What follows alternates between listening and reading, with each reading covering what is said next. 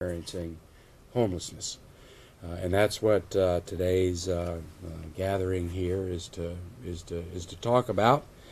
Homelessness, the challenge of homelessness is perhaps the highest priority of the city right now. The City Council, and I'm joined here with my colleagues, Council Members Tovo and Kassar, and I think Council Member Ellis may be working her way here. We've been through a strategic planning process where we actually had to make choices and set priorities, which is always a horrible thing for any elected official to have to do, because when you do that, you have winners and losers in terms of where you focus your attention and your resources. I think it's real significant that this council has identified homelessness and housing as the number one priority for our city. I'm surrounded today by my colleagues on the council and also community partners that are working to help end homelessness in the city of Austin. We're here today to share the results of the annual point-in-time count, the census that we do on an annual basis of folks in our city that are sleeping outside and in shelters. This year, the count was taken on January 26th of 2019. There were about 500 volunteers that joined to participate with the stakeholders in making this account. They fan out at 2 o'clock, 3 o'clock in the morning to take the census count. The reason it happens at that time is you have the best chance of being able to find and count the greatest extent of the population of folks that are experiencing homelessness. You can go to the shelters where people are staying, and it's also more likely you're going to be able to count people one time because they're not, generally speaking, moving around at 3 o'clock in the morning. But we do the same kind of procedure, the same protocol annually, so that the numbers that are counted year to year can give us a good indication of trends. With the increased visibility of folks experiencing homelessness, I think it'll come as no surprise that the number this year indicated a increase in the population of those in our community that are experiencing homelessness, either in shelters or on our streets. And the number is up by 5% over where it was last year. Last year, 2,147 people were counted outside and in shelters, and this year that number is 2,255. That's an increase of 108 people, 72 more people being counted living outside, and 36 more people in our shelters. More people is not better. And it means we need to redouble our efforts, and that this is a significant challenge. But there is good news that I think is really important to highlight. There have been, as you know, a real specific focus on two cohorts of the population of those experiencing homelessness that we have focused on, and tried to bring new resources and new efforts and new tools, almost like pilot programs, in order to be able to establish best practices and things that work. In our community, those two groups are veterans and young adults, and that has been the focus of the folks behind me and their organizations. And what we have learned is that the number of folks in those populations experiencing homelessness have decreased. From that, I think the big takeaways for our city are that this is a challenge that we need to address, and it's growing. but that we know now the tools that we can bring to bear, the practices, the policies, the things that we can do, and we know that we can have a really positive impact if we in fact marshal the resources that are necessary, and then to direct them with the work that is work that's being done. And I think that's real encouraging news for us. I'm excited this week at the City Council session. We're going to consider some actions that relate to dealing with and helping folks that are experiencing homelessness. It is a core value in this community that this is a population that we are prioritizing. It fits with who we are. It's something that we can in fact change. And I think that the takeaways from this census are encouraging and demonstrate for us that we can in fact end homelessness in the city of Austin. So I want to bring up to the podium now my colleague, Councilman Taylor. I appreciate you all being here and focusing attention on this really critical subject. I'm Kathy Tovo, and I represent City Council District 9. And I was one of the 500 people who participated in this year's count. And I want to just spend a moment thanking all the volunteers who participated, as well as all the individuals who are experiencing homelessness who participated in that survey. In many cases, we were waking them up, and they very generously gave of their time because several of them who I spoke to really understood the importance of this information. This is information, as the mayor said, that goes on to federal sources who look at it and help make judgments about the kind of funding that our community will get to help end homelessness. And so it's critically important, and it's also important because it helps policy leaders like the City Council and Travis County and our social service providers and housing providers really respond to the need that is specific to our community. You know, as the mayor has indicated, the numbers are not moving in the direction we want. They are increased. And that's of significant concern to all of us here today. The system that we have is working effectively and it's working well. We have an enormous amount of collaboration and creativity among our housing providers and our social service providers. We have private partners who are participating. As the mayor indicated on Thursday, we are poised to consider and I hope pass the Pay for Success initiative, which is a social impact investment program. It will be the first of its kind in Texas, and it will help us provide housing and support services in conjunction with private partners for individuals who are experiencing homelessness. So we have great strategies that we're continuing to implement. The Homelessness Outreach Street Team is another. The Arch redesign is an important strategy, but we absolutely need to do more, and we need to do more in partnership and as a community. And so for those in our community who are currently engaged in working to end homelessness, I thank you for your commitment. I encourage you to continue the work and to continue to join with us. We will not end homelessness as a city council. It cannot be just a City of Austin initiative. It really has to be one that we do in partnership. And we have some great opportunities to focus our time and our investment as community members.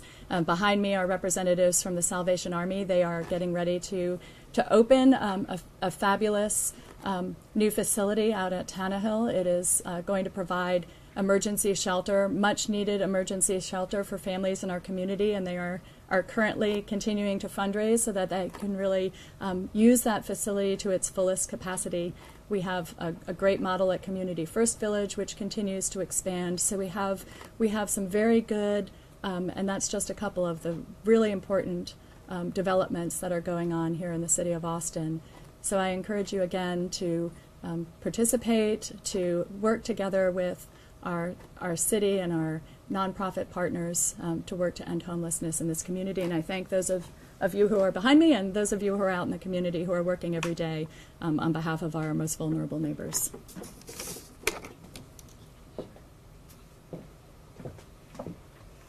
Hi, good morning. My name is Paige Ellis. I represent District 8, Southwest Austin on the Austin City Council. And I was fortunate enough to be able to participate in this count this year. It was a very chilly morning, and what really stuck with me was meeting somebody my own age that was out there on the street in the cold. And she really felt like somebody who could have been a friend of mine, that we were just camping, that this is a situation that I had seen before. But the reality is that without the important work of volunteers and other safety nets, that people are just out there without resources. And we all really do want to come together and help each other. I met some people that even had jobs and were still finding ways to shower and go to work and try to make a living. And they just couldn't make ends meet enough to afford the housing and transportation that they needed. So I really want to extend a thank you to everybody who participated in this count, people who helped organize it so that we knew the right places to be at the right time. And we also have some good work being done at the county level. My district overlaps Precinct 3 at the county level, and our sheriff, and he has someone that is specifically working on the homelessness issue that knows these people by name and checks in on them and makes sure that if they need, someone to come look at a wound or something like that, that they are given the services that they need. So it's just been really eye-opening to see all the overlapping entities working together and supporting each other and being able to find new sources of funding so that we're not doing it alone and we're working together. And for that, I just really want to thank everybody involved. Thank you so much. Good morning, everyone. I'm Greg Kassar. I represent City Council District 4 in North Central Austin, and I just want to talk a little bit about the numbers that have come back. The number going up is clearly not what we want. You've heard the City Council talk many times alongside community partners about us wanting to end homelessness in this community, but in seeing the report and the numbers, for me it is not a basis for pessimism or cynicism, but instead I think focusing on what has been done with young adults and with veterans is a call to action, because it provides a pathway where if we really focus on a challenge and use evidence-based strategies and partner as a community, that we can really get this done, that we can do what is right for our neighbors and for our community. I think it's also really important to see that on the map of city council districts, it doesn't matter if my colleagues are from a district with more folks experiencing homelessness or fewer, there is so much commitment up and down the dais and so much commitment in the community as hundreds of people year after year get up early in the morning to do this point in time count. And so we can't give up. We can't look at this number of people experiencing homelessness going up as something that should discourage us. Instead, we should feel hope as a basis for action. And that's really what I take away from this. And I think that we are at a place as a community and as a council where everyone wants to do something because they know it's right. And that's something that I think is so powerful and special about Austin, is that when I go and talk to folks, this is really a priority for them because they know in their heart that it's something that we have to get done as a community. And I think that this year can be a really powerful and important year for doing that. And I feel really confident in our ability to do it because of the folks that voters have sent to the dais, and also because of the wonderful partners that we have standing in this room with us. So thank you all very much. Good morning. My name is Susan McDowell, and I am CEO of LifeWorks. I also chair the committee of ECHO that focuses on ending youth homelessness, and I have the privilege today to represent my colleagues who are here today to share a little more about the good news that the point in time count revealed. But before I do that, I want to extend our thank yous to the mayor and city council for your leadership in this issue. As I work nationally on these issues with my colleagues from different cities, it is exceptionally rare to have this amount of alignment, vision, and just sheer tenacity amongst our elected officials, and it is why we are able to move the needle with some of the populations that we're focused on. So again, I have the privilege of sharing some encouraging news in these numbers, which is that amongst youth 18 to 24 experiencing homelessness, we saw a 25% decrease amongst homelessness overall, and amongst youth who are unsheltered, 18 to 24, a very significant 56% decrease. This news is even more encouraging in light of the fact that we have focused a lot of efforts, again, my colleagues who are here today, in a movement to make youth homelessness rare, brief, and non-recurring by 2020.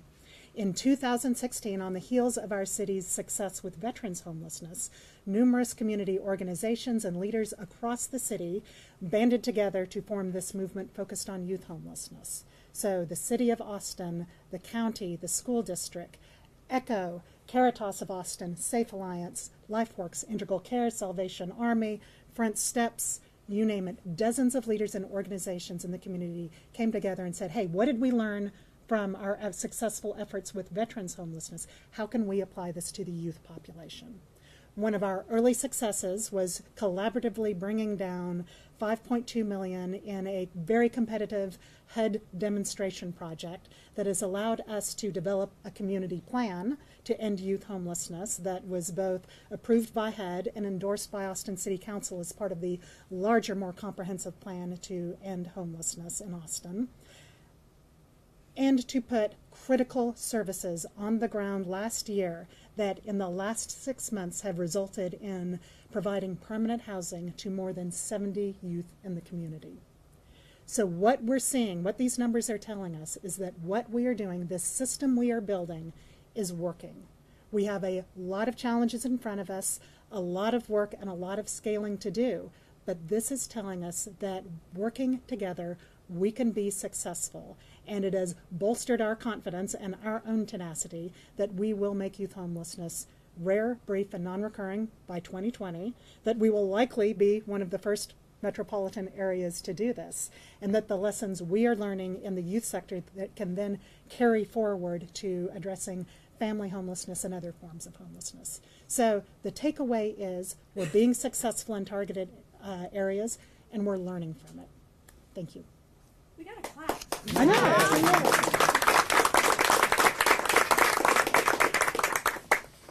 So does anybody have any questions about the report or the numbers for anyone that's up here? Mayor Kim Clark, KXAN News. How representative do you feel this count was in terms of the overall number of people experiencing homelessness in the city? I think it is representative. You want to speak to the count? Yeah. I want to speak, you know that. The point in time count, is a one snapshot, right? 4 hours worth of 500 people out covering the county.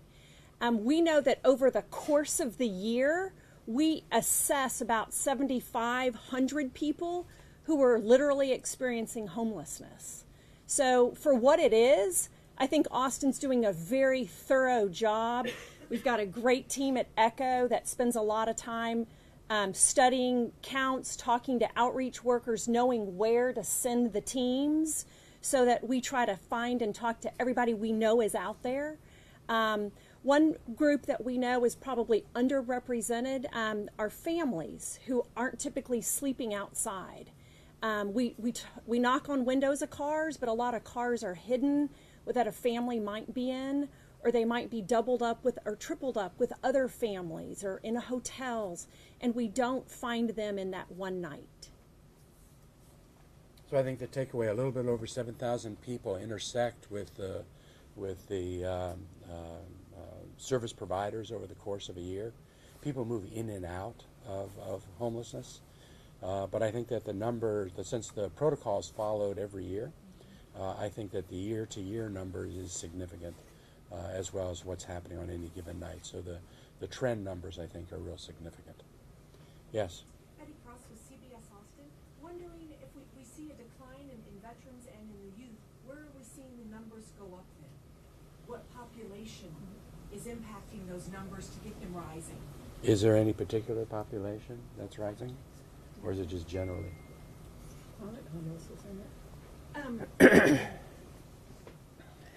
It's everybody else. You know what I mean? There's not a specific population that we've identified that was rising. We could get back to you on that. I'm still crunching one last number around who is chronically homeless out of that count, which means they've been homeless over a year or in multiple episodes. And we're working with some city statisticians on that. But, I don't have a more thorough answer, but I could follow up with you. And why? what do you attribute the rise to? Is it the just continuing cost of living in Austin? Is it something else I'm not thinking of? Yeah. What do y'all attribute the 5% rise to? I'd love for Joe Catherine to talk about, homelessness. Tell them why homelessness happens, Joe Catherine. I'm Joe Catherine Quinn, and I'm the CEO at Caritas of Austin. Excuse me. I'm sucking on a cough drop. I've got allergies. Homelessness, the reasons for homelessness is probably 7,000 different reasons, the number of people experiencing homelessness. But there are a few commonalities that we have seen over the years that overlap. The primary reason structurally for having homeless people in our community is poverty and the cost of housing, the rising cost of housing and the lack of affordable housing. Those are the two structural pieces that we should focus on in our community if we're really going to end homelessness, along with these evidence-based practices that we've developed over the years. And then, additional to that, there are any number of situations that a family or an individual will experience that will literally cause their homelessness in that moment. It could be a health condition. It could be the loss of a job. It could be the loss of a family member that was the primary breadwinner. And lots of other things. Those are some typical reasons why we see people in crisis and not able to end their own homelessness and needing the assistance of the homeless service provider community. But not generally. The 5% increase this year, have you been able to pinpoint at all why we've seen this year-to-year increase? I don't know that we have a solid answer for that, but I know just from watching the growth pattern in Austin and the fact that middle class people are having a hard time affording their living in Austin, you can imagine that people experiencing poverty are under even more pressure. We also have a general population increase in just the metropolitan area, so we probably have more people everywhere in any group you would be looking at. Or the people are seeing more homeless people now in tents under overpasses. It's more visible now, I think, than a year ago. Is that because of the increase in number of people, or just now a more apparent? Are people just now out more visible? I think when we say a 5% increase and you boil that down to was 108 is pretty little when you think about spread out over 1,000 miles in Travis County. But yet if I just go talk to somebody, they'll say it's exploding, right? The visibility is stark. I don't want us to become used to it, and we certainly aren't used to seeing tents. That's what happens on the West Coast. So this pop-up of camping tents under highways and bridges, I think really catches our attention. We saw movement this year in districts, but not so much just increased in numbers. The largest increase, again, was downtown. But in Councilmember Kitchen's district, number 5, where she's had a lot of concern by citizens. Where are all these people coming from? That number was the same this year as last year, but yet it's shifted. They're more visible. Is it because there's more development and less alleys and green space, or places where people used to sleep that no one cared about? Now there's development there, so now they're more visible. We don't really know. But we know that the visibility, as Councilmember Cassar, it makes us really want to do something about it. The one I tried to get from our other cities up and down I-35, what's their number this year, because it's often telling to us. And nobody had it ready yet except Dallas. And they are up 9%. and they were up 9% last year. Other questions? Mayor, what's the next step with the homelessness bond money? The affordable housing dollars, the $250 million right now, is being programmed by staff. They came back with some high-level indications of how they would spend that money. It's gone to the Housing Committee of the Council, but that work is happening now. It'll eventually come back to the Council to approve that. So we have that money that's available. We also have about $30 million that we know has been identified as Waller Creek TIF money that's available. Obviously, the conversation will happen this year about the TPID potential for resources. And again, this is such a high priority in our city that the council has demonstrated a willingness to also put increased general funds toward this challenge, which is what happened in the last budget cycle with the host team that Councilmember Tovo was talking about, with the mental health intervention program that the city stepped in to deal with, but also with additional monies directed toward this challenge. Anything else? Can I add one more thing about that? Okay. With the affordable housing bonds, one thing we know has to be different is that they can't just be affordable. They have to be accessible by folks from all different, walks of life. And so we're working closely with NHCD to make sure that, extremely low income folks have a chance. People that are working with programs to help them gain income can qualify. And so I think we expect to see that these bond funds really do help us with homelessness. And then the last thing I would point out is this council meeting on Thursday. As Councilmember Tovo addressed, we're going to be considering a pay-for-success model. Really an incredibly innovative and new way to bring together lots of different entities in the community, all focused on the same challenge, and focused not only on those experiencing homelessness, but on the subset of that population that are the most challenged, the ones that are most difficult to place in housing, the folks that are the most frequent utilizers of emergency rooms and the jails. So watch for that on Thursday. Incredibly innovative program that will be coming to the council for consideration. And with that, then, we'll go ahead and stop. Certainly ask anybody any questions that you want to grab. Thanks, you all, for being here today. Thanks for the work that you guys do. Thank you for your Seems to me I had it figured out, but now I don't know. Lately I don't even think I've thought about you once.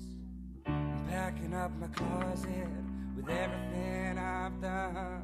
Something's gone wrong the more I move on. Every